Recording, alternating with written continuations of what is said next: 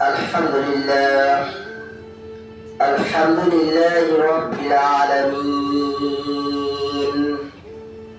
والعاقبة للمتقين والصلاة والسلام على رسوله محمد وآله وأصحابه أجمعين. أما بعد فأعوذ بالله من الشيطان الرجيم. بسم الله الرحمن الرحيم. يا أيها الذين آمنوا إذا قمتم إلى الصلاة فاغسلوا وجوهكم وأيديكم إلى المرافق وامسحوا برؤوسكم وأرجلكم إلى الكعبين.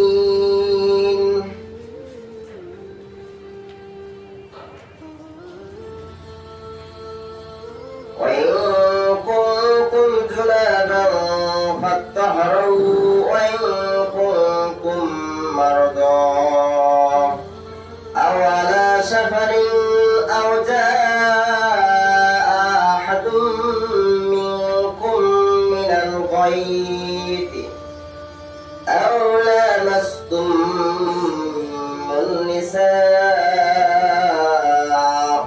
فلم تجدوا ماء فتيمموا صعيدا طيبا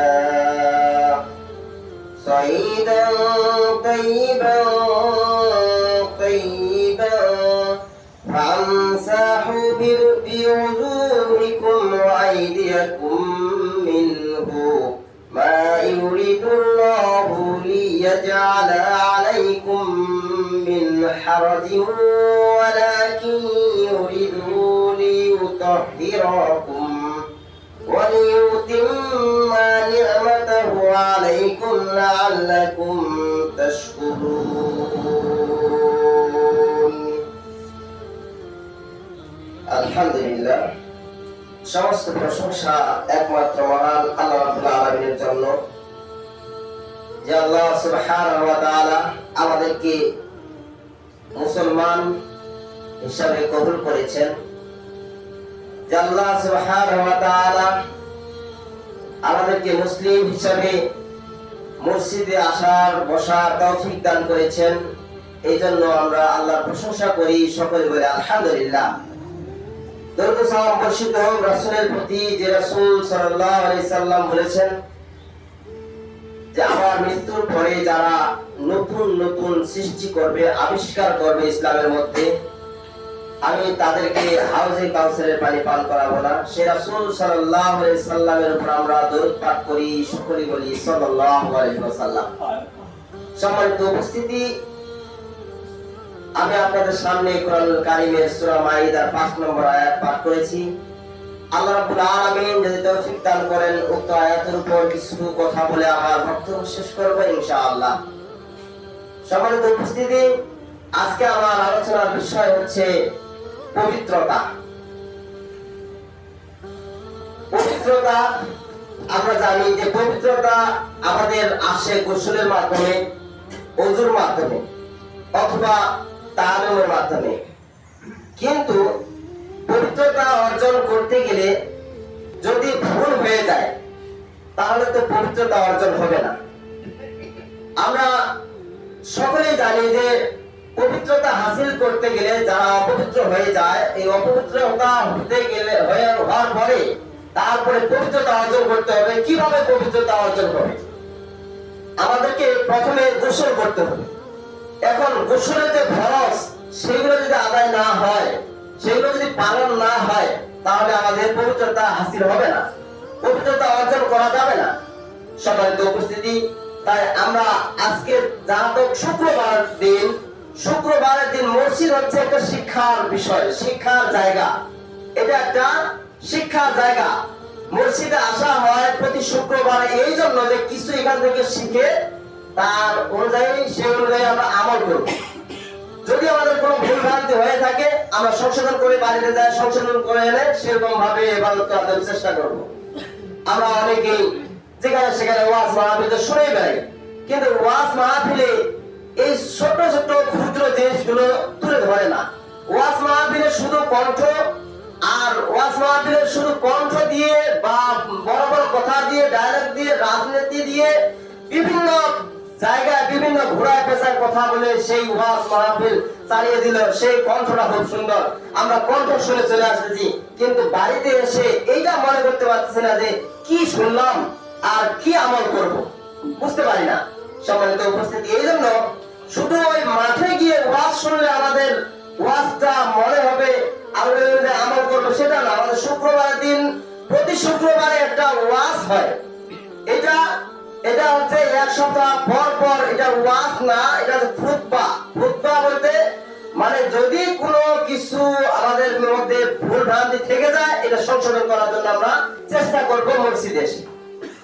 আর যদি আমাদের ভুল ভ্রান্তি থেকেই যায়, তাহলে তো আমরা ভুলের মধ্যে সবসময় থাকবো, কোনো সময়ের জন্য সঠিক পথে সঠিক আকীদা অনুযায়ী চলতে পারবো না। সম্মানিত উপস্থিতি, আজকে আমরা মসজিদে এসেছি। মসজিদে আসার পূর্ব মুহূর্তে আমাদের কি করতে হবে? প্রথম হচ্ছে আমাদের যে গোসল করতে হবে। প্রতি শুক্রবারে জুমার দিন আসার পূর্বে আমাদের গোসল করতে হবে, কিন্তু গোসল করার যদি বিধানটা ঠিক না থাকে, আমরা সকলে পড়ছি বা যেখানে ছোটখাটো বইয়ে লেখা আছে ওযুর গোসলের ফরজ 3টা, কিন্তু কতটা সত্য, এটা কতটা সত্য? গোসলের ফরজ 3টা কি কি? যে নাকে পানি দেওয়া, কুলি করা, নাকে পানি দেওয়া, সমস্ত শরীর ধৌত করা, এটা বলে ওযুর ফরজ। কিন্তু সেটা না, ওযুর ফরজ আদায় করতে হবে এইভাবে। ফরজ গোসল যদি আমাদের দরকার হয়, তাহলে ফরজ গোসল করতে হবে। প্রথমে আমাদের হাতগুলো ধুইতে হবে, ধোয়ার পরে লজ্জার স্থান যদি কোনো অপবিত্র নাপাকি ময়লা আবর্জনা লেগে থাকে তাহলে পরিষ্কার করতে হবে। পরিষ্কার করার পরে আর তারপরে মাটিতে হাত ঘষা দিতে হবে। ঘষা দিয়ে, এখন আর মাটিতে হাত ঘষা দেওয়ার দরকার নেই, এখন যেহেতু আমাদের সাবান রয়েছে, সাবান দিয়ে হাত পরিষ্কার করে নিতে হবে। নেওয়ার পরে তারপরে ওযুর ন্যায়, ওযু যেভাবে আমরা করি এইভাবে আমরা ওযু করব। ওযু করার পরে কি করব? পাগুলা অবশিষ্ট রাখবো, যে পাগুলা দুই পায়ে টাকলু পর্যন্ত ধৌত করতে হবে। এটা পরেও ধুইতে পারবো, আবার যদি মনে করেন যে সেই সময়ে যে ওযুর সময় আমরা ধুইতে পারবো, কোনো সমস্যা নেই। কিন্তু আমরা করি কি, এইভাবে ফরজ গোসলটা না করে আমরা করি কি, নাকে কুলি করতেছি, হাত ধুয়ে আগে, ধোয়ার পরে কুলি করলাম, কুলি করে নাকে পানি দিলাম, একবারে গোটা শরীর ধৌত করলাম। এটা কোনোদিন ফরজ গোসল হবে না। এটা ভুল ধারণা, এটা ভুল, এটা কোনো রেফারেন্স নেই। কিন্তু আমাদের এইভাবে গোসল করতে হবে। প্রথমে আমাদের হাত ধুয়ে নিতে হবে, তারপরে দেখা গেল যে আমাদের নাপাকি লেগে আছে কিনা, লজ্জা স্থানে বা আমাদের ময়লা আবর্জনা কোনো জায়গায় লেগে আছে নাকি, এটা দেখে আমাদের পরিষ্কার করে নিতে হবে।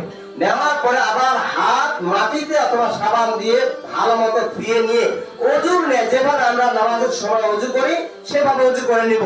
ওযু করার পরে তারপরে মাথায় তিনবার পানি দিব, দিয়ে এমন ভাবে খেয়াল করবো যাতে প্রত্যেকটা চুলের গোড়ায় পানিটা পৌঁছে। তারপর সমস্ত শরীর আমরা ধৌত করব। এইভাবে হচ্ছে ফরজ গোসলের বিধান। কিন্তু আমাদের যদি ভুল থেকে যায়, আমরা যেখানে কুলি করি আর নাকে পানি দেই, সমস্ত শরীর ধুয়ে নেই, তাহলে তো ওযু হবে না, ফরজ গোসল হবে না। আর গোসল যদি না হয়, আমাদের পবিত্রতা হাসিল হবে না। পবিত্রতা হাসিল না হলে আমাদের সমস্ত ইবাদত বাতিল, ইবাদতে হবে না। আমরা যে এত কষ্ট করে পালন করা শীতের মধ্যে, আবার ঠান্ডার সময় 5 ওয়াক্ত নামাজ জামাতের সহিত পড়ি, যদি আমাদের ফরজ গোসলটাই না হয়, পবিত্রতা হাসিলে না হয়, তাহলে আমরা কিভাবে ইবাদত করব? ইবাদত তো কাজে লাগবে না। সম্মানিত উপস্থিতি, তাহলে আমরা ফরজ গোসল সম্পর্কে আমরা বুঝলাম যে যারা আমরা ফরজ গোসল জানি না, অনেক বয়স্ক মানুষ ভালো জানে, আবার কতজন জানে না। নতুন নামাজি হয়েছে কিন্তু নামাজ খালি পড়তেছে, ওযুটা করতে হবে, হুজুরের কাছে হোক আর যে কোনো মানুষের কাছে ওযুটা শিখছে, ওযুটা শিখে সে নামাজ আদায় করতেছে, কিন্তু ফরজ গোসল যে করতে হবে এইভাবে, এই ফরজ গোসল আমরা জানি না। তাহলে আমরা ফরজ গোসল সম্পর্কে জেনে নিব। প্রথমে আমাদের হাত ধুয়ে একেবারে লজ্জা স্থান হোক আর যেখানে নাপাকি জায়গায় মানে ময়লা আবর্জনা লেগে আছে এইগুলো পরিষ্কার করে নেব। তারপরে মাটিতে হাত মেরে মাটিতে মাটি হোক অথবা সাবান দিয়ে হোক ভালো মতো ধুয়ে অজু করব। অজু করার পরে অজু শেষ, তারপরে মাথায় পানি দিয়ে সুন্দরভাবে 3 বার পানি দিয়ে খেলাল করব এইভাবে, যাতে আমাদের চুলের গোড়াগুলোতে কোনো শুকনা না থাকে। যদি শুকনা থাকে আপনার পবিত্রতা হাসিল হবে না। এরপরে আপনি অজু যখন হয়ে গেল, ফরজ গোসল হয়ে গেল, তারপরে পায়ে পানি দিয়ে সুন্দরভাবে আপনি চলে আসতে পারবেন। অজু করে গোসল করে চলে আসতে পারবেন, আপনার পবিত্রতা হাসিল হবে। ওই অজু দিয়ে যদি আপনার কাপড় উপরে না ওঠে বা লজ্জাস্থানে হাত না লাগে, তাহলে ওই অজু দিয়ে কিন্তু নামাজ পড়া চলবে। আবার কারো মতো সমস্যা হয়ে যায় তাহলে পরবর্তীতে আর অজু করে নেবেন, কোনো সমস্যা নেই। সম্মানিত উপস্থিতি, তাহলে আমরা ফরজ গোসল করতে শিখলাম। আমরা মনে মনে চিন্তা করবো যে ফরজ গোসলটা কিভাবে করতে হয়। দ্বিতীয়ত আসেন যে অজু আমরা কিভাবে করি। অজু একটা পবিত্রতা, গোসল যেমন পবিত্রতা, ওটা হচ্ছে আমাদের শরীরের পবিত্রতা। আর নামাজের পবিত্রতা হবে অজুর মাধ্যমে। আপনার নামাজ সহিষ্ণুত হবে যদি অজু ঠিক থাকে। এখন অজু যদি আমরা না জানি, অজুর ফরজগুলো যদি না জানি, তাহলে তো সমস্যা। আমাদের আহলে হাদিসের মধ্যে দেখা যায় যে অজুর ফরজগুলো জানি না। অজুর ফরজগুলো কি কি আমাদের কেউ ওগুলো বুঝি না। সম্মানিত উপস্থিতি, যদি হানাফি মাদ্রাসায় বা মসজিদে হানাফি মানুষকে জিজ্ঞাসা করেন যে ভাই অজুর ফরজ কয়টা, সাথে সাথে বলবে যে অজুর ফরজ এই কয়টা।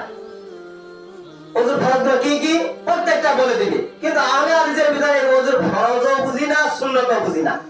অজুর ফরজ কি সুন্নাত কি না বুঝি না, খালি অজু করতে হবে এভাবে এভাবে, এটা এখন শুরু জানি। সম্মানিত উপস্থিতি, আজকে আমরা অজুর ফরজগুলো আগে জেনে নিব যে কোরআনে আল্লাহ তাআলা কি বলেন। যে কোরআনুল কারীমে আল্লাহ তাআলা বলেন যে ইয়া আইয়ুহাল্লাযীনা আমানু, হে বিশ্বাসীগণ, তোমরা যারা ঈমান এনেছো, ইযা কুনতুম ইলাস সালাত, তোমরা যখন সালাতের দিকে সালাতে দণ্ডায়মান হও, মানে কি সালাতে দাঁড়াও, যখন তোমরা সালাতে দাঁড়িয়ে যাও, ফাগসিলু উজুহাকুম, তখন তোমরা ধৌত করো তোমাদের মুখমণ্ডল, তখন তোমরা ধৌত করো মুখমণ্ডল। দ্বিতীয়বার কি ওয়াইদিয়াকুম ইলাল মারাফিকি, এবং 2 হাতের কোণে পর্যন্ত ধৌত করো, 2 হাতের ডান বাম হাতের কোণে পর্যন্ত ধৌত করো। ওয়ামসাহু বিরুসিকুম, তারপরে মাথা মাসাহ করো, তারপরে কি মাথা মাসাহ করো। ইলাল কাবাইন ওয়ারজুলাকুম ইলাল কাবাইন, তারপরে 2 পায়ের টাকলু পর্যন্ত, এই যে টাকলুগুলো আছে এই টাকলু পর্যন্ত 2 পায়ে ধৌত করো। সম্মানিত উপস্থিতি, এই আয়াতের অংশ থেকে বোঝা যায় যে কোরআনে যেটা উল্লেখ করা আছে এটা ফরজ, এটা ফরজ। কোরআনে যেটা আছে ওযু সম্পর্কে এটা হচ্ছে ফরজ, আর যেটা হাদিসে আছে এটা হচ্ছে সুন্নাত। সম্মানিত উপস্থিতি, তাহলে এখানে 4টা জিনিস পাইলাম, তাহলে 4টা ফরজ। ওযুর ফরজ কয়টা তাহলে বুঝে নিতে হবে 4টা। ওযুর ফরজ কয়টা একটু কথা বলেন, তাহলে বোঝা সোজা হবে, আমরা বুঝতে পারবো। কেউ যদি প্রশ্ন করে তাহলে আমরা প্রশ্নের জবাব দিতে পারবো। অনেক হানাফি লোক আমাদের পরীক্ষা করে, জানেন, আহলে হাদিসের ছেলেমেয়েকে পরীক্ষা করে, তুমি বলো তো তুমি মাদ্রাসা পড়ো, ওযুর ফরজ কয়টা, বলতে পারে না। ওযু তরিকা জানো? যে ওযু তরিকা জানি। ওযু কিভাবে করে? প্রথমে হাত ধুইতে হবে, তারপর কুলি করতে হবে, নাকে পানি দিতে হবে, তারপরে হাত কোণে পর্যন্ত মুখ মন্ডল ধুইতে হবে, সবগুলো বলতে পারতেছে, কিন্তু ওযুর ফরজ কয়টা এটা বুঝে না। সবাই বুঝবেন যে ওযুর ফরজ হচ্ছে 4টা। কোরআনে যেটা উল্লেখ করা আছে যে কয়েকটা, এগুলো আছে ফরজ, আর যেগুলো হাদিসে আছে ওগুলো আছে সুন্নাত। তাহলে এইখানে আমরা কোরআনুল কারীমের সূরা মাইদার 5 নম্বর আয়াতে যেটা পাইলাম সেটা হচ্ছে ওযুর ফরজ 4টা। কি কি? একটা হচ্ছে ফাগসিলু উজুহাকুম, তোমাদের মুখমণ্ডল ধৌত করো। 1 নম্বর হচ্ছে মুখমণ্ডল ধোয়া। 1 নম্বর কি? মুখমণ্ডল ধোয়া। 2 নম্বর 2 হাতের কোণে পর্যন্ত ধোয়া। 3 নম্বর মাথা মাসাহ করা। 4 নম্বর 2 পায়ের টাকলু পর্যন্ত ধোয়া। খেয়াল থাকবে না? খেয়াল থাকবে কিনা? অবশ্যই। আবার বলতেছি যে ওযুর ফরজ কয়টা? 4টা। 1 নম্বর সমস্ত মুখমণ্ডল ধোয়া। 2 নম্বর দুই হাতের কুলি পর্যন্ত ধোয়া, দুই হাতের কুলি পর্যন্ত ধোয়া। 3 নম্বর মাথা মাসা করা। 4 নম্বর দুই পায়ের টাকলু পর্যন্ত ধোয়া। এই 4টা হচ্ছে ফরজ। তাহলে আমরা ওজুর ফরজ 4টা বুঝতে পারলাম। ওজুর ফরজ 4টা। আর কোনো সমস্যা আছে? এটা আমরা বলতে পারবো না এখন। আবার বলতেছি, সমস্ত মুখমণ্ডল ধোয়া, 2 নম্বর দুই হাতের কুলি পর্যন্ত ধোয়া, 3 নম্বর মাথা মাসা করা, 4 নম্বর দুই পায়ের টাকলু পর্যন্ত ধোয়া। এই 4টা হচ্ছে ওজুর ফরজ। এখন এই ওজুর ফরজ গুলো আমরা জানলাম। এখন সুন্নাত কি কি? এই ওজুর ফরজ গুলো বাদ দিয়ে যেগুলো আমরা অঙ্গ প্রত্যঙ্গ ধোয়া-ধুই করি, এগুলো হচ্ছে সুন্নাত। যেমন প্রথমে ওজুর নিয়মটা মনে মনে নিয়ত করতে হবে। ওজুর তরিকাটা হচ্ছে প্রথমে মনে মনে নিয়ত করতে হবে। নিয়ত যদি আপনার ঠিক না থাকে ওজু হবে না। আপনি এমনি হাত মুখ ধোয়াই হবে, ওজু হবে না। মনে মনে আপনি নিয়ত করবেন যে জুমার নামাজ পড়তে যাব, এখন আমাকে ওজু করতে হবে। ওজুর একটা মনে মনে নিয়ত করতে হবে। তাই বলে নিয়ত করবেন না। নিয়ত করার যে হাদিস, এটা একেবারে জয়ীফ, একেবারে দুর্বল হাদিস। নিয়ত করা নয়। আল্লাহ রাসূল সাল্লাল্লাহু আলাইহি ওয়াসাল্লাম বলেছেন, ইন্নামাল আমালু বিন্নিয়াত, যে কোনো কাজ নিয়তের উপর নির্ভরশীল। আপনি যে কাজ করবেন আপনার নিয়ত করতে হবে আগে। আপনি যদি শুধু নামাজে একটা কাজ, নামাজ পড়া একটা কাজ, ধান কাটা একটা কাজ, আবার গরু ছাগল বাঁধা একটা কাজ, গরু ছাগল নিয়ে আসা একটা কাজ, গাছ কাটলেন ওটা একটা কাজ, ধান পুঁজি আনলেন সেটা একটা কাজ। সমস্ত যেগুলো কাজ করবে, একটা ছোট কাজ করলেও কাজ। আমি এখানে দাঁড়িয়ে কথা বলতেছি, আমার এটা কাজ। আমি এখানে কোরআন থেকে আলোচনা করব, আমার এইটা একটা কাজ। সমস্ত কাজ আমার নিয়তের উপর। আমি আজকে নিয়ত করে এসেছি যে কোরআন থেকে আমি আলোচনা করব, এটা আমার নিয়ত। কিন্তু এই সময় যদি আপনি শুরু করে দেন নিয়ত পড়া, নাওয়াতের সাল্লাল্লাহু আলাইহি রাকাত সালাতে জোহরে মাগরিবে, এটা কোনো রেফারেন্স নাই। আশরাফ আলী থানভী রাহমাতুল্লাহ আলাইহি তিনি নিয়তের কথা নিয়ে এসেছেন, কিন্তু রেফারেন্স নেই। উনি পূর্ণাঙ্গ নামাজ শিক্ষা, ওদের যে আশরাফ আলী থানভী রাহমাতুল্লাহ আলাইহি ও একটা নামাজ শিক্ষা বই লিখেছেন। ওই বইটাতে যত কিছু লিখেছেন একটা রেফারেন্স নেই। কিন্তু হাদিস থেকে যদি দলিলগুলো দেওয়া হতো যে এটা এইভাবে ইয়ে করতে হবে, তাহলে একটা কথা ছিল, কিন্তু কোনো দলিল নেই। কিন্তু আমরা কতগুলো ভাই আছি যে ওই আশরাফ আলী থানভী রাহমাতুল্লাহ আলাইহি পূর্ণাঙ্গ নামাজ শিক্ষা ব্যবস্থা ওই বইটা ফলো করি, তাই আমরা ওইটাই মেনে নিচ্ছি। দেখেন, প্রথমে আমাকে ওযু করতে হলে প্রথমে মনে মনে নিয়ত করতে হবে। কি নিয়ত করবেন? যে আমি এখন নামাজের জন্য ওযু করব। আপনার নিয়ত হয়ে গেল। এখন নিয়ত করার পরে প্রথমে কি করবেন? বিসমিল্লাহ বলবেন। পানির উপরে যেখানে বসবেন, এখানে একটা হাদিসে আছে, খুবই দুর্বল জয়ীফ হাদিসে এটা দেওয়া আছে যে উঁচু জায়গায় বসতে হবে। উঁচু জায়গায় বসে তারপরে বদনা নিয়ে হোক বা ট্যাপ ছাড়া দিয়ে হোক পানি দিয়ে ওযু করতে হবে। যেমন আমরা করেছি যে ওযুখানাটা উঁচু একটা জায়গা করেছি, এই উঁচু জায়গায় বসার জায়গা করে আমরা ওযু করতেছি। যদি এটা মনে করেন যে উঁচু জায়গায় বসতে হবে, তাহলে ভুল হবে। কিন্তু আপনি যদি সুবিধার জন্য বসেন, তাহলে কোনো সমস্যা নেই। যদি মনে করেন যে এটা উঁচু জায়গায় বসবো, তাহলে একটা সুন্নাত আদায় করা হবে, তাহলে আপনার ভুল বোঝা। এটা উঁচু জায়গায় বসতে হবে কথা নেই। আপনি যেভাবে ইচ্ছা, যেভাবে বসতে পারেন সেভাবে বসে ওযু করতে পারবেন, কোনো সমস্যা নেই। উঁচু জায়গায় শুধু নয়, সম্মানিত উপস্থিতি, তাহলে প্রথমে মনে মনে নিয়ত করতে হবে। ওযু করতে গেলে প্রথমে মনে মনে নিয়ত করতে হবে। তারপরে দ্বিতীয়বার পানি নিয়ে যখন পানি নেবেন তখন বিসমিল্লাহ বলতে হবে। এই জায়গায় যদি আপনি বলেন বিসমিল্লাহির রহমানির রহিম, তাহলে এটা বাড়াবাড়ি হবে। শুধু সেখানে বলতে হবে বিসমিল্লাহ। অনেকে আমার চোখের সামনে ওযু করতেছে, আসেন এক ট্যাপ ছাড়ে দিল আর শুরু করলো বিসমিল্লাহির রহমানির রহিম। এই যে হাত ধোয়া শুরু করলো, খালি মানে মেশিনের মতো চলতেছে। কিন্তু কোথায় বিসমিল্লাহির রহমানির রহিম বলতে হবে, কোথায় বিসমিল্লাহ বলতে হবে, এগুলো আমরা যদি না জানি, তাহলে আমাদের সুন্নাত আর বিদআত দুইটা একসাথে চলতেছে। সুন্নাতের কাজ যেমন করতেছি, বিদআতের কাজও তেমন করতেছি। সম্মানিত উপস্থিতি, এগুলো থেকে সচেতন থাকবো, সতর্কতা সব অবলম্বন করে আমরা ওযু করবো। তাহলে প্রথমে বুঝতে হবে যে আমাদের নিয়ত, এটা আমাদের করতে হবে। নিয়ত করাটা ফরজ, ওটা আমাদের একেবারে নিয়ত না করলে কোনো কাজে হবে না। দ্বিতীয়বার বিসমিল্লাহ বলে পানি নিয়ে 2 হাতের কবজি পর্যন্ত থুতু করব। তারপরে যখন 3 বার ধোয়া হয়ে যাবে এটা কিন্তু সুন্নাত। কবজি পর্যন্ত হাত দেওয়া 3 বার এটা সুন্নাত। তারপরে কুলি করতে হবে। এখন এই জায়গায় একটা সমস্যা, যে যখনই আপনি কুলি করবেন, এই কুলি করার কেউ কেউ বলেছেন, ওই যে আশরাফ আলী থানভী রহমাতুল্লাহ আলাইহি যে নামাজ শিক্ষা বই আছে, ওইটাতে কুলি করার কথা একবার, নাকে পানি দেওয়ার কথা আরেকবার। কিন্তু সহিহ শুদ্ধ যেটা সহিহ বুখারী ও মুসলিমে যেটা পাওয়া যায়, সেটা হচ্ছে 1 চুলু পানি নিয়ে মুখে অর্ধ চুলু, নাকে অর্ধ চুলু দিয়ে ওযু করতে হবে একবারে, আবার নাক ঝাড়তে হবে। কিন্তু আমরা করি কি, একবার পানি নিচ্ছি, পানি নিয়ে কুলি করতেছি, কুলি করার পরে 3 বার হয়ে গেল, তারপরে নাকে পানি দিয়ে 3 বার নাক ঝাড়তেছি, তারপরে আমরা মুখ ধোয়ার কাজ করতেছি। এটা ভুল, এটা না। এটা বুখারী মুসলিমে যেটা পাওয়া যায়, সেটা হচ্ছে 1 চুলু পানি নেবেন, নেওয়ার পরে অর্ধ চুলু মুখে, অর্ধ চুলু নাকে চলে যাবে। তবে নাকের পানিটা একটু সেভাবে স্বাভাবিকভাবে নিতে হবে। এমনকি এমন ভাবে নাকে পানি পৌঁছাইতে হবে যে নাকের যে নরম হাড্ডিটা আছে এখানে এই পর্যন্ত পৌঁছাইতে হবে।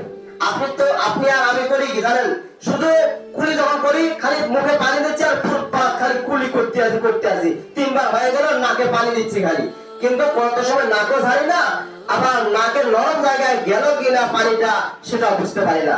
সম্মানিত উপস্থিতি, তাহলে আমাদের বুঝতে হবে প্রথমে যে কুলি যখন করব, নাকে যখন পানি দিব, তখন আস্তে সুস্তে দিয়ে অর্ধ চুলু কুলি করব। কুলি করার সময় গড়গড়া করতে হবে। আবার ঠিক যদি দাঁতে কোনো সমস্যা থাকে তাহলে মেসওয়াকও করে নিতে হবে।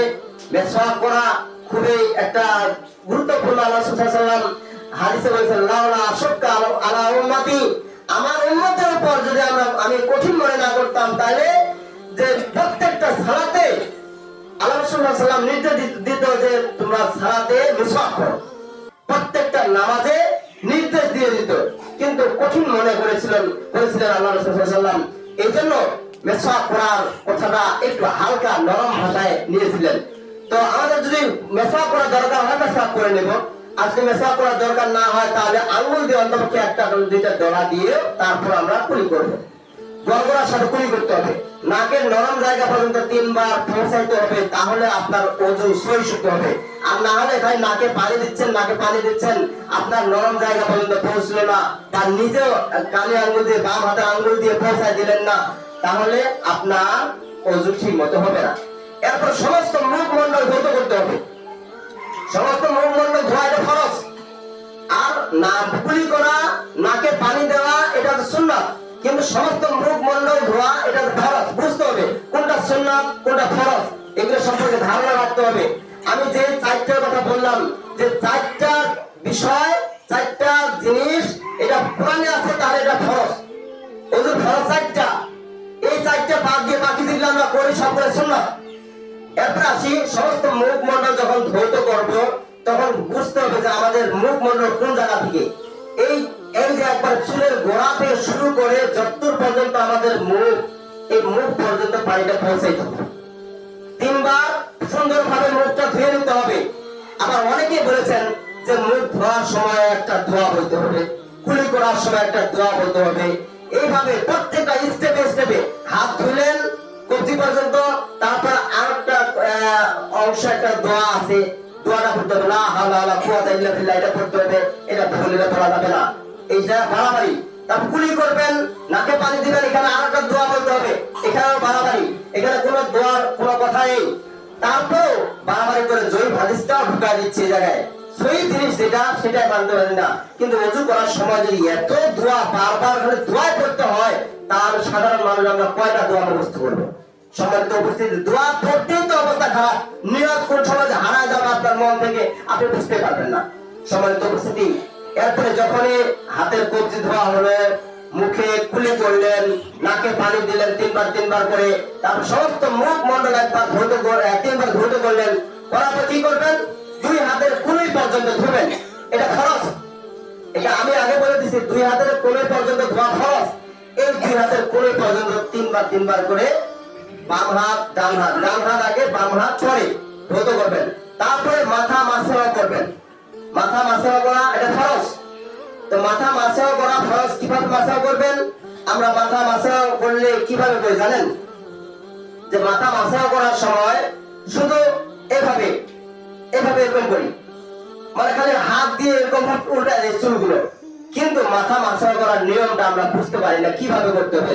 মাথা মাসা করতে গেলে প্রথমে এই যে পানি নেবেন, নেওয়ার পরে একবার পানি, কিন্তু এখানে আবার তিনবার না, তিনবার করলে আপনি বাড়াবাড়ি করবেন, এখানে একবার। কিভাবে পানিটা নেবেন, নেওয়ার পরে এই যে আঙ্গুলটা, একটা শাহাদাত আঙ্গুল আর একটা এভাব আঙ্গুল, এই দুইটা আঙ্গুল বাদ থাকবে, এইভাবে নিতে হবে। নেওয়ার পরে একবারে এই যে চুলের গোড়া থেকে শুরু করবেন মাথায়, একবার সুন্দর ভাবে আস্তে আস্তে যায় পিছনে চুল বরাবর যাবেন, যাওয়ার পর আবার সামনে আসে এখানে শেষ হবে। তাহলে আপনার মাথা মাসা করা হবে। আবার কেউ বলছেন যে এই 1/3 মানে 1 ভাগ করলে হবে, কিন্তু না, হাদিসটা খুবই জয়ীফ, নিতান্ত জয়ীফ, এটা মানা যাবে না। কিন্তু সহিহ বুখারী মুসলিমে যেটা পাওয়া যায় সেটা হচ্ছে প্রথমে একবারে এখান থেকে শুরু করবেন, একবারে শেষ পর্যন্ত চলে গেল, আবার ওইখান থেকে ফিরে আসবে। এটা হচ্ছে মাথা মাসা করা। মাথা মাসা করা ফরজ। তারপরে আর পানি নেওয়ার দরকার নেই। অনেকে বলেছেন যে পানি নিতে হবে, আশরাফ আলী থানভী রাহমাতুল্লাহ আলাইহি তিনি বলেছেন যে পানি নিতে হবে, কিন্তু রেফারেন্স নাই, দলিল নাই, যেখানে দলিল নেই সেটা মানার দরকার নেই। তারপরে এই যে শাহাদাত ইভাম আঙ্গুল দুইটা আছে, বুড়ি আঙ্গুল, এই দুইটা আঙ্গুল, প্রথম আঙ্গুলটা এই যে শাহাদাত আঙ্গুলটা কানের ভিতর ঢুকাবেন। কানের ভিতর ঢোকার পরে এইভাবে যে ভিতরে যে ছোট ছোট ছিদ্রগুলো দেখা যায়, এগুলো সুন্দরভাবে মাসা করবেন। করার পরে এই বুড়া আঙ্গুলটা দিয়ে একবার পিছন দিকে এইভাবে টান দিবেন, মানে একবার উপরে উঠে দিয়ে নিচে টান দিবেন, আপনার কান মাসা করা হয়ে গেল। এরপরে অনেকে আছে যে ঘাটটা এবার মাসা করে ফেলে, এটা ভুল, এটা করবেন না, ঘাড় মাসা করা যাবে না। অনেকে বলেছেন যে ঘাড় মাসা করা মুস্তাহাব, মানে যেটা ত্রুটিপূর্ণ, মানে ভুল আছে, যেখানে রাবি দুর্বল, যেখানে সঠিক কোন দুর্বল রাবি নেই, সাহাবী নেই, সেটা আমাদের মানার কোনো দরকার নেই। তাহলে আমরা বুঝলাম মাথা মাসা করবে একবার শেষ পর্যন্ত, একবার প্রথমে চলে আসবো, আবার দ্বিতীয়বার আর কোনো পানি নেওয়ার দরকার নেই। ওই পানি নেওয়াতেই শাহাদাত আঙ্গুল এভাবে কানের ভিতর ঢুকিয়ে ছোট ছোট ছিদ্রগুলো ভালোভাবে মাসা করে নিয়ে, তারপরে দুই হাতের বুড়া আঙ্গুল এভাবে কানের ভিতর এইভাবে পিছন দিকে কানের পিছে এভাবে ঢুকাই দিয়ে মাসা করবো। এরপরে আমরা অনেকে বলেছেন যে এখানে দোয়া করতে হবে, একটা মাথা মাসা করা হয়ে গেল, কান মাসা করা, দোয়া করতে হবে। দোয়া করার কোনো দরকার, এখানে কোনো দোয়া নেই। অনেকে সুবহানাল্লাহ, আলহামদুলিল্লাহ, আল্লাহু আকবার বলে, এগুলা কোনো শরীর ভিত্তি নেই। তারপরে কি করবেন, দুই পায়ের টাকনো পর্যন্ত ধৌত করতে হবে। এই দুই পায়ের টাকনো পর্যন্ত ধোয়া, এটা হচ্ছে ফরজ, এটা কিন্তু সুন্নাত না। কান মাসা করা এটা সুন্নাত, মাথা মাসা করা এটা ফরজ, আর দুই পায়ের টাকনো ধৌত করা এটা ফরজ। কিভাবে, প্রথমে দুই পায়ের প্রথম যে ডান থেকে শুরু হবে, যে কোনো কাজ করবেন ডান দিক দিয়ে শুরু করবেন, তাহলে ডান পাটা আগে 3 বার ধৌত করে নেবেন। ধৌত করার সময় বাম হাতের কোনি আঙ্গুল দিয়ে, এই কোনি আঙ্গুলটা দিয়ে একেবারে যে পায়ের যে আঙ্গুলগুলো আছে, আঙ্গুলের যে গর্তগুলো আছে, এগুলো মাসে এভাবে খিলাল করবেন। খিলাল করার হয়ে গেল, ওযু শেষ হয়ে গেছে। এরপর আবার 1 চুল পানি নেবেন, নেওয়ার পরে লজ্জাস্থানে একবার এভাবে ছিটা দিবেন।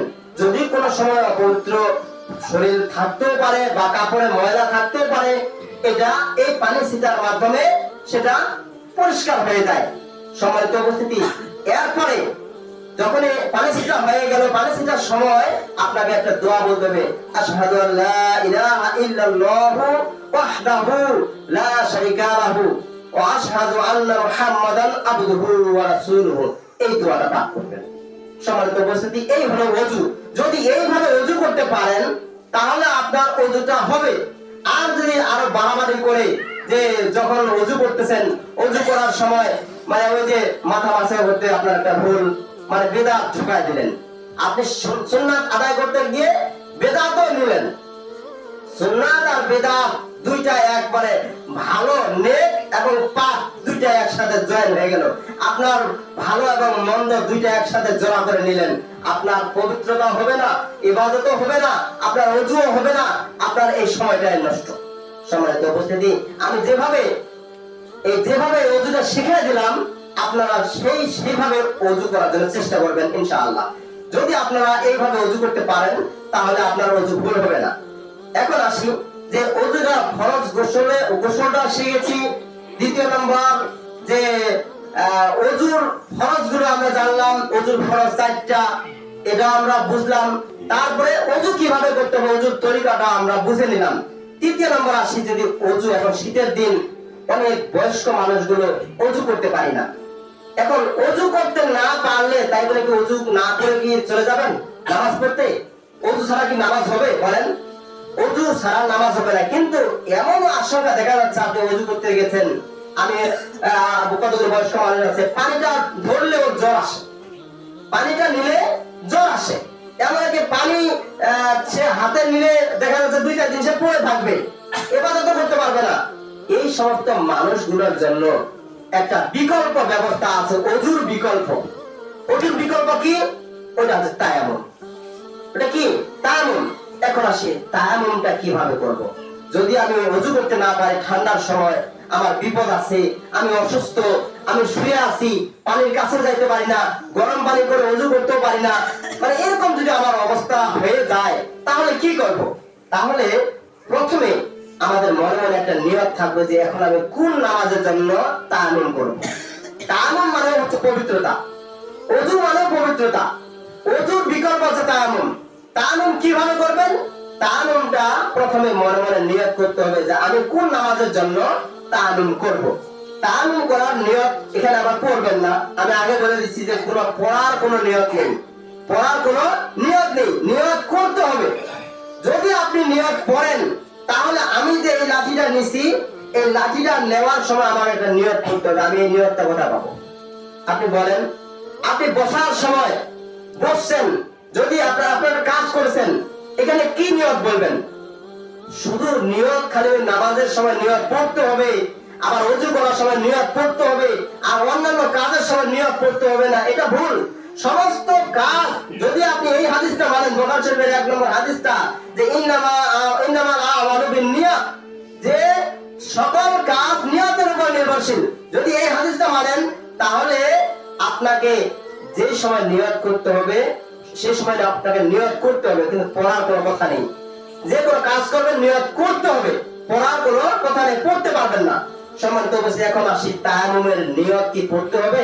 না, আপনি তায়াম্মুমের কোনো নিয়ত পড়তে পারবেন না, এখানে নিয়ত করতে হবে। কিভাবে নিয়ত করবেন? যে আমি এই ওয়াক্তের জন্য আমি তায়াম্মুম করব। যখন তায়াম্মুম করবেন তখন কি করবেন? বসা অবস্থা হোক, আমার শোয়া অবস্থা হোক, আগে দেখা গেছিল যে বাড়িতে একটা করে ওই যে গুঠলি, মাটির গুঠলি, ওই কাঠির বেড়া ঝুলায় থাকে, পবিত্র মাটি দ্বারা ওটা সুন্দর করে লেপে এনে এটা তায়াম্মুম বানায়, তৈয়ম বলা হয়, ওটা বলা হয় তৈয়ম। আমরা যেটা সাধারণ ভাষায় যেটা বুঝি তৈয়ম, তা ওইটা ওই কাঠির বেড়াতে ঝুলায় রাখি, ওইটা যদি নেন তা হবে। আবার যদি বলা যে পবিত্র মাটি দ্বারা আমি তায়াম্মুম করব, সেভাবে তায়াম্মুম করতে পারবেন। যেমন আপনি সফরে চলে গেছেন কোন জায়গায়, আপনি এখন পানি পাচ্ছেন না, তায়াম্মুম করতে পারবেন।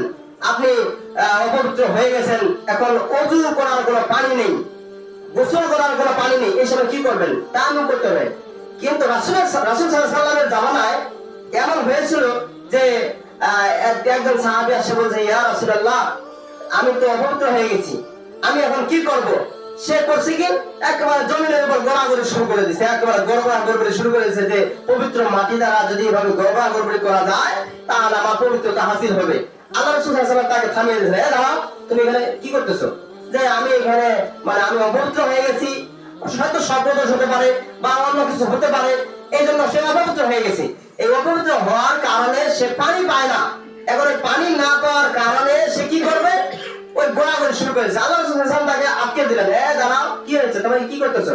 যে আমি এই জন্য গোড়াগড়ি করতেছি যে আপনি বলেছিলেন যে পবিত্র মাটি দ্বারা পবিত্রতা হাসিল হয় পানি না পাওয়া গেলে, তো আমি গোড়াগড়ি করতেছি পবিত্র মাটি দ্বারা যাতে আমার পবিত্রতা হাসিল হয়। তখন বলছে, না, তোমার জন্য এটা নয়, তুমি পবিত্র মাটি দ্বারা তায়াম্মুম করে নাও, তাই তোমার জন্য যথেষ্ট। এভাবে গোড়াগড়ি করা এটা হচ্ছে একটা মানে বেহায়াপনা কাজ, যে কাজটা মানুষ দেখলে হাসাহাসি করবে, এই কাজটা করা যাবে না। যেরকম ভাবে একটা বেহায়াপনা কাজ করে আমরা কোনটা, যে পেশাব করতে গেছি, যায় পানি আছে, তারপরে ঢেলা কুলুপ নিয়ে এই যে কেসি মারা শুরু করে দিচ্ছি, এই পাশ থেকে এই পাশে, এই পাশ থেকে এই পাশে যাচ্ছি, এই যে একটা বেহায়াপনা কাজ, একটা নোংরা কাজ, একটা খারাপ কাজ, মানুষ দেখলে হাসবে, সেই কাজটা করে বেড়াচ্ছে 40 কদম বলে হাঁটাহাঁটি করবে, তাহলে সে মানে পেশাব পরীক্ষা মানে পরিষ্কার হয়ে গেল।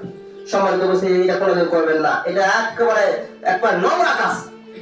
কেসি দিয়ে পেশাব করার পরে মানে ঢেলা কুলুপ নিয়ে এনে ঘুরে বেড়াচ্ছেন আপনি, এটা করা যাবে না, এটা কোন ইসলামের মধ্যে স্থান নেই, আপনারা এটা করতে পারবেন না। সম্মানিত বলছে সেরকম ভাবে ওই জামানায় আল্লাহ রাসূলের জামানায় কতগুলো মানুষ এরকম তেরা মানুষ ছিল, ওরা মানে নিজে নিজে কতগুলো শরীয়ত বানার চেষ্টা করেছিল। আল্লাহ রাসূল সাল্লাল্লাহু আলাইহি ওয়াসাল্লাম কতগুলো মানুষকে আটকে দিয়েছিলেন, তার মধ্যে একটা হচ্ছে ওই যে অপবিত্র হয়েছে গোড়াগড়ি মাটিতে শুরু করে দিয়েছে, না জানে না বুঝে নিজের শরীয়ত বানাইছে। তখন আল্লাহ রাসূল সাল্লাল্লাহু আলাইহি ওয়াসাল্লাম বললেন যে তুমি দাঁড়াও, তুমি এভাবে গোড়াগড়ি করছো কেন, তুমি তায়াম্মুম করে নাও। ইয়া রাসূলুল্লাহ তায়াম্মুম করলে কি পবিত্রতা হাসিল হবে? হ্যাঁ অবশ্যই হবে, তুমি এইভাবে তায়াম্মুম করে নাও। তখন আল্লাহ রাসূল সাল্লাল্লাহু আলাইহি ওয়াসাল্লাম তায়াম্মুম করে শিক্ষা দিয়েছিলেন যে এইভাবে তায়াম্মুম করো, কিন্তু তার আগে ভুল তায়াম্মুম ছিল। এই হাদিসটা আছে যেগুলো আমরা বয়স্ক মানুষ এখনো করে থাকি, সেদিন একটা বয়স্ক মানুষ আমার সামনে তায়াম্মুম করতেছে। আমি আসলে আজকের বিষয়টা এইভাবে নিছি এই জন্য যে বয়স্ক মানুষগুলো আগে যে পড়ে আসছে বা বুঝে আসছে ওই অনুযায়ী চলতেছে। ওযু গোসল তায়াম্মুম এগুলো সম্পর্কে একেবারে কারণ বুঝেও না, জানে যে আমার ওস্তাদ এভাবে শিখাইছে, ওই ওস্তাদের অনুসরণ করে, কিন্তু ওস্তাদদের কোন বস্তার বই পড়াইছে এইটা বুঝে না। সম্মানিত উপস্থিতি, তো তায়াম্মুমের মানে ইয়াটা ভুল করে বেড়াচ্ছে। কেমন তায়াম্মুম করার সময় ওই বিসমিল্লাহ করে 3 বার হাত মারে, মাটিতে 3 বার হাত মারে, মারার পরে ফু দেয়, দিয়ে মুখ মাসাও করে, করার পরে একেবারে এই যে হাতের সম্পূর্ণ হাতটা এইভাবে মাসাও করে নিয়ে সম্পূর্ণ শরীর ঝাড়া দেয় এইভাবে, এটা বলে তায়াম্মুম। আমি বললাম যে এইভাবে তায়াম্মুম করবেন না, তায়াম্মুম এটা নয়, আপনি সহি শুদ্ধ তায়াম্মুম করবেন, যেটা বুখারী মুসলিমের হাদিসে এসেছে ওই তায়াম্মুমটা করবেন। কোনটা আমি শিখিয়ে দিচ্ছি, আপনি এভাবে তায়াম্মুম করেন। যে কিভাবে আপনি বলেন, আবার নতুন যত মৌলবি আসছে তত নতুন নতুন ফেকরা আসছে, মানে এই লোকটা আবার এই কথাটা বললো। তো আমি বললাম যে নতুন মৌলবি না, এটা পুরাতন মৌলবি ওয়াজ করে গেছে আল্লাহ রাসূল সাল্লাল্লাহু আলাইহি ওয়াসাল্লাম, যে বড় পুরাতন মৌলবি হচ্ছে আল্লাহ রাসূল সাল্লাল্লাহু আলাইহি ওয়াসাল্লাম।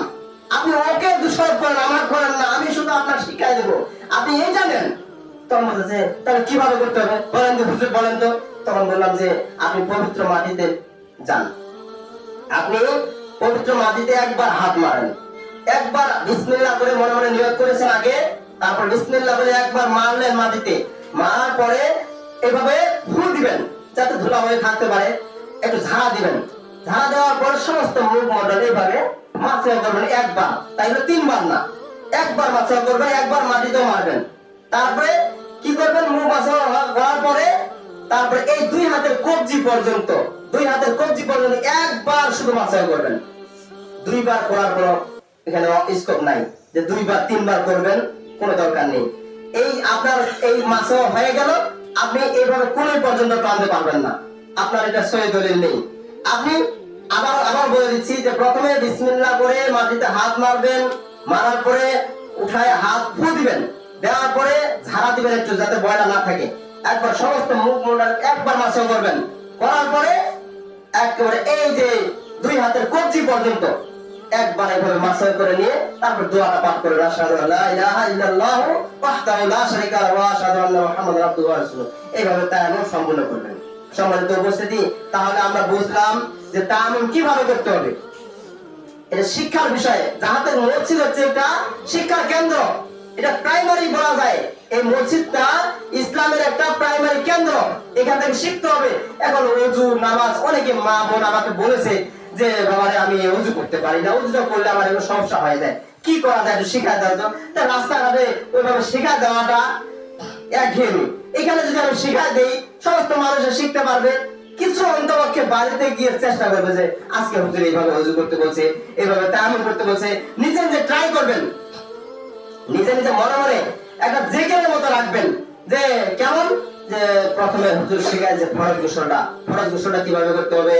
প্রথমে আমাদেরকে হাত ধুয়ে লজ্জা স্থান ভালো মতো ধুয়ে তারপরে সমস্ত অঙ্গ যেভাবে ওযু করি সেভাবে ওযু গুলো করতে হবে, করার পরে মাথায় 3 বার পানি দিতে হবে, দিয়ে সমস্ত শরীর ভালো মতো ধুয়ে নিতে হবে, এটা ফরজ গোসল।